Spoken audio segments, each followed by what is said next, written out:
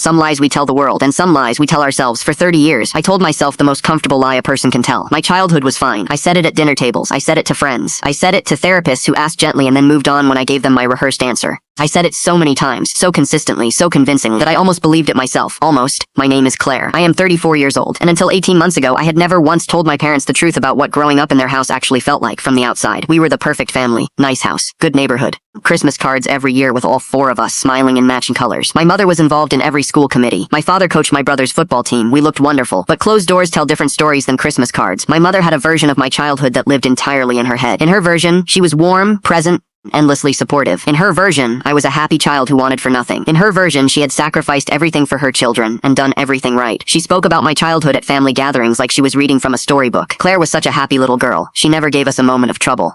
And I would sit across the table, smile, and say nothing, because that was what I had always done. I said nothing when she forgot every single school play I was ever in. I said nothing when she spent my 16th birthday entirely focused on my brother's football tournament. I said nothing when she told me my anxiety was attention-seeking.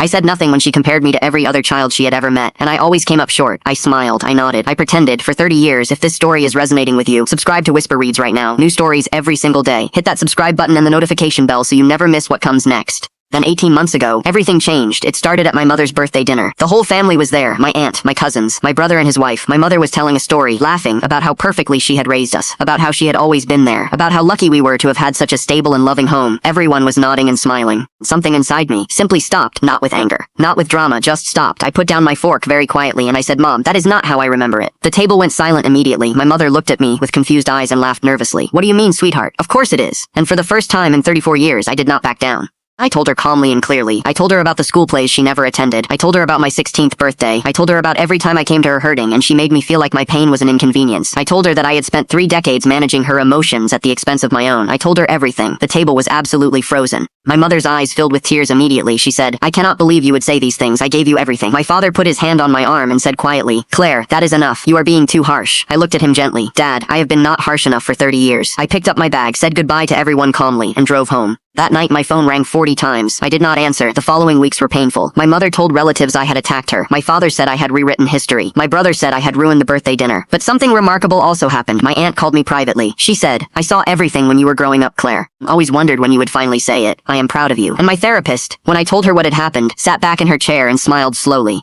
"Claire, that was the bravest thing you have ever done in this room or outside of it. I am not going to tell you that everything got better immediately. It did not. My relationship with my mother is still complicated, still painful, still being rebuilt one careful conversation at a time. But I will tell you this. The morning after that dinner, I woke up and felt something in my chest that I had not felt in 30 years. Space, room to breathe. Like I had been carrying a weight so long, I had forgotten it was not supposed to be there. Some lies protect us for a while.